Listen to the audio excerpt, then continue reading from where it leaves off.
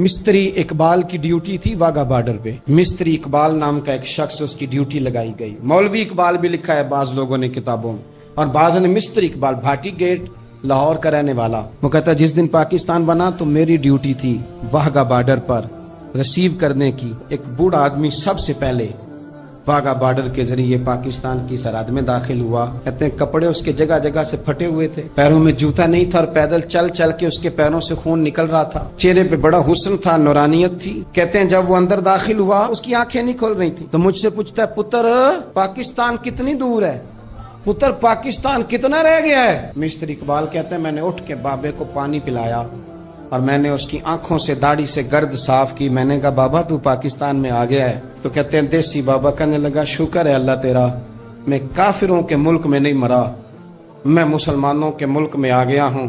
کہتے ہیں یہ لفظ کہہ کے اس نے اونچی آواز میں لا الہ الا اللہ محمد رسول اللہ پڑھا اور اس کی روح پرواز کر گئی. ان جذبوں کے نیچے یہ وطن بنا ہے، ان جذبوں کے نیچے، ان جذبوں کے نیچے. اللہ تیرا شکر ہے، تیرا شکر ہے میں اپنے وطن میں آ گیا، اپنی زمین پہ مروں گا، اسی زمین پہ اٹھوں گا، یہ میری دھرتی ہے. حب الوطن من الایمان. آپ یقین کریں ہمیں پاکستان سے بڑا پیار، ہمیں اس کی دھرتی سے ہمارا دل کڑتا ہے، اس لیے کہ ہمارا کوئی ارادہ نہیں کہ ہمارے بچے یورپ شفٹ ہوں. ہمیں ایک منٹ کے لیے بھی کسی اور ملک کا پاسپورٹ نہیں چاہیے. یہ ہمارا وطن ہے، ہم اس وطن میں بسیں گے، ہماری نسلیں رہیں گی، لیکن شرط یہ ہے کہ اس وطن میں رسول اللہ کے نظام کا جھنڈا بلند کیا جائے. سارے کوشش کریں. یہ جب آتے ہیں نا آپ کے پاس ووٹ لینے کے لیے تو ان سے کہا کریں، ان سے بات کیا کریں کہ ذرا بتاؤ پاکستان کا مطلب کیا. یہ کوئی سیاسی جماعت اب نعرہ لگاتی ہے، کچھ کہتے ہیں ہم کرپشن جو ہے وہ پکڑیں گے، اور کوئی کہتے ہیں جی ہم فلانی شے بچائیں گے. یہ نعرہ کیوں نہیں لگاتے؟